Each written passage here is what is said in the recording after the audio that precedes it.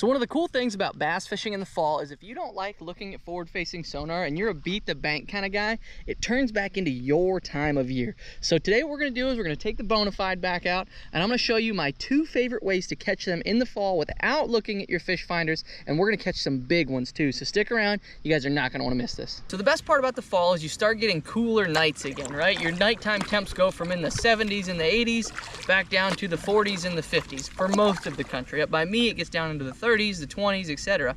But what those cold nights do is fish have 2 approaches to them. They either decide to get out there and start moving to stay warm and chase bait and whatnot, or they try to find somewhere to shelter up and get basically a blanket. So whatever kind of cover you have in your lake, they cling right to it. And what we're targeting today specifically is grass. So when you get those colder nights, what they do is they get into the thick of that grass. They get into the thickest of the thick of the thick of any kind of grass that you have on your lake. And especially because some of the grass starts to die off. So those cold snaps kill some of the grass depending on where you're at in the country. And so all of a sudden, this entire grass bed, some of it's dead, there's now all of a sudden live patches, and that's where the fish start to congregate like crazy. And my favorite way to target those is with a frog and with a flipping stick in my hand, because then I can go in combat style and really pick those apart and catch some fish. So I'll use the frog to cover the water, especially when we have days like today where it was in the 70s.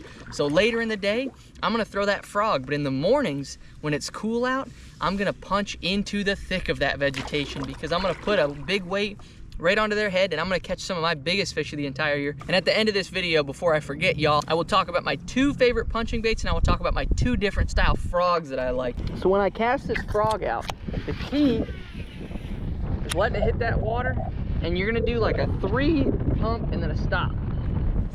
3 pump and a stop. Because it really gets those fish's attention when you 3 pump it and stop it, but then that stop just gives them time to catch up to it. Because this water is cooling down, and especially if you're fishing under these mats like this, it really is just gonna help them key in on it. And it's gonna get you a lot more bites on that pause than it would just traditionally retrieving.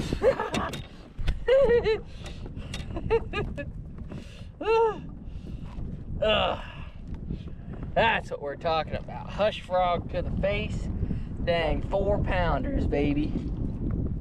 Look at that. Look at that.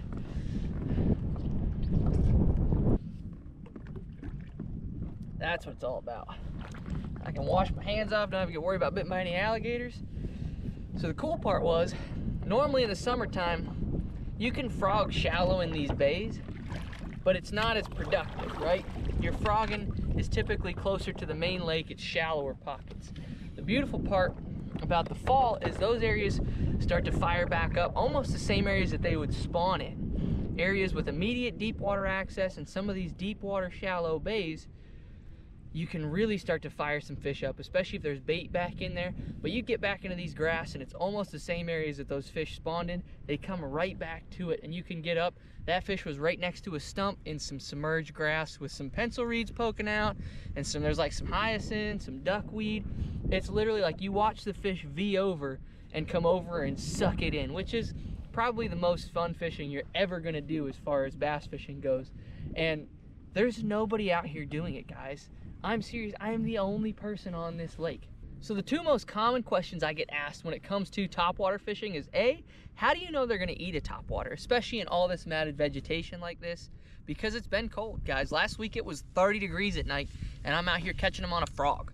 And so the one way I know they're gonna eat a frog, a surefire way, is if you listen and you can hear bluegills popping in the mat.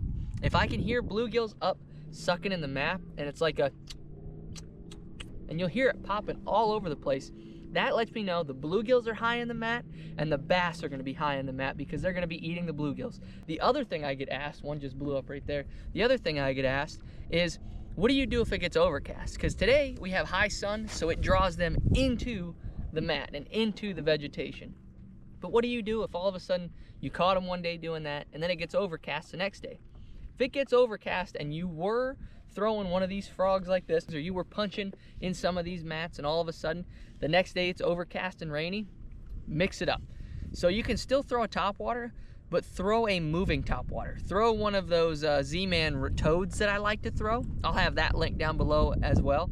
Throw a moving topwater that you can cover topwater around, because they're not gonna be underneath those mats if it's overcast. They're probably gonna be out roaming around, and you're gonna have to use something different.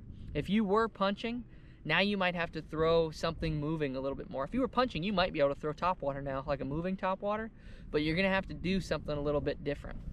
The other key thing is, if you're on a punching bite, say you're on a punching bite in like 5 to 10 feet and it gets overcast, those fish are gonna roam in that grass a little bit more, so you have to use a different size weight than you were using prior. A lot of times I like to go a little bit slower when it's more overcast, because I don't know where those fish are gonna be at in the water column and they can't see it as easily. So I will go, if I was flipping an ounce, I might go to a 5/8 and go with a darker color or a brighter color, you know, just to help those fish see it, so I can get more bites, because those fish need to see it. So the first thing I'm gonna do though, is I'm gonna pick up that frog, because we had a 75-degree day, which is really, really warm for this time of year, and I'm on a relatively shallow lake. And so if we look around, it's a lot of lily pads, a lot of vegetation, and that heats that shallow water up really, really fast.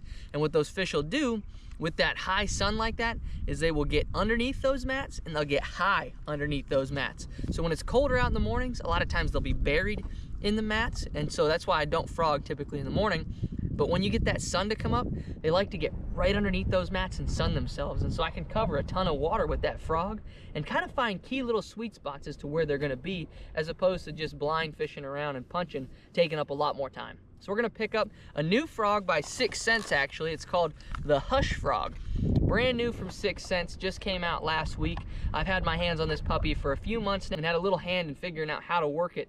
But it is just a super sweet frog for me, because it sits low in the water, and up by me, I'm a northern guy, my fish don't get absolutely giant. So smaller profile frogs are a key for what I fish for. You know, most of the time a 3-pounder to a 5-pounder, it's as big as I'm gonna get. And so if I can do those all day long, that's what's gonna be my bread and butter. And a lot of times this time of year, the bait fish and whatnot are small, and so going to a smaller frog that sits lower in the water, that I can walk faster, and if it doesn't sit high in the water, they can't pop it out of the water as easy. So it kind of already sits in there and gives those fish a better idea as to where the frog is, so they don't miss it as much too. But that's the frog I'm gonna be throwing. I got an Arc rods. It's Arc Essence 7.3 mag medium heavy. If you guys follow along the channel, you know I absolutely love this frogging rod right here.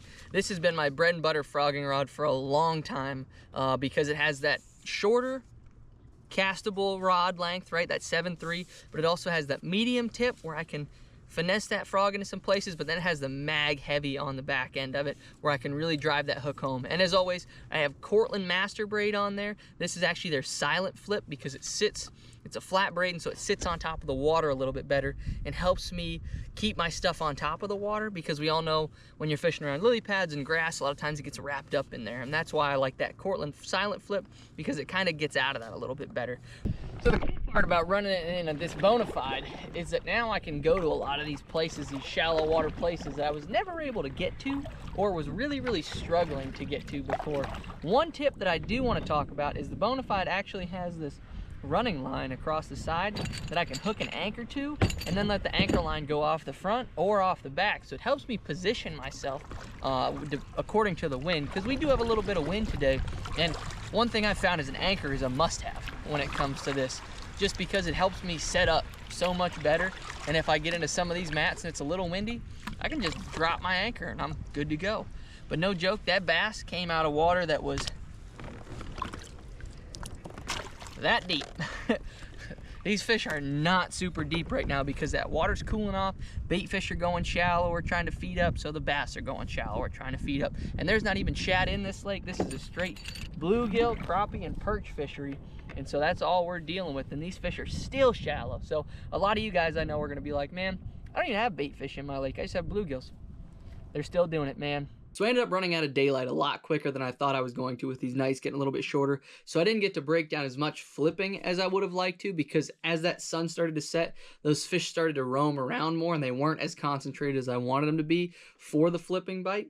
Because once they started roaming around, I was in pretty shallow water, and it was just hard to punch for them in that specific setting. But it's still something that I really, really like to do. And so I'm going to talk about my two favorite flipping baits and punching baits for this particular setup. The first one is one, if you guys have followed the channel at all, you see it all of the time, and it's actually a Z-Man palmetto bug. So this is a bait that I throw when I'm flipping grass or when I'm punching loose grass. Because it's a little bit bulkier, it doesn't like to penetrate as easily, but it still works really, really good, and it's one of my favorites just because of that Elastec, because those bites most often come when it first breaks through the mat or on the first hop.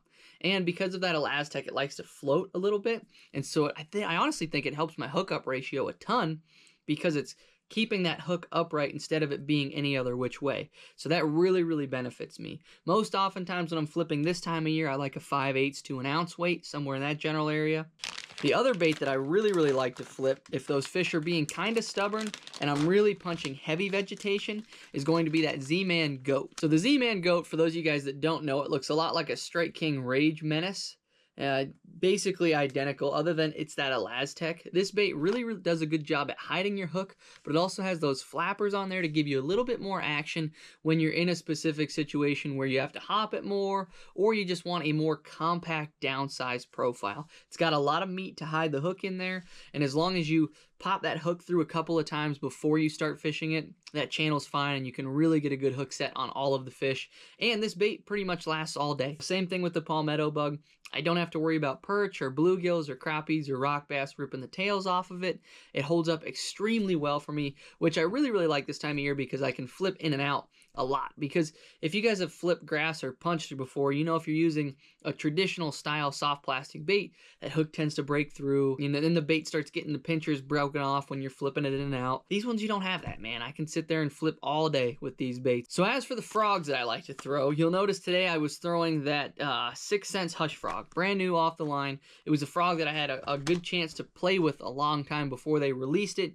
It's a very compact downsized profile, and so it sits lower in the water.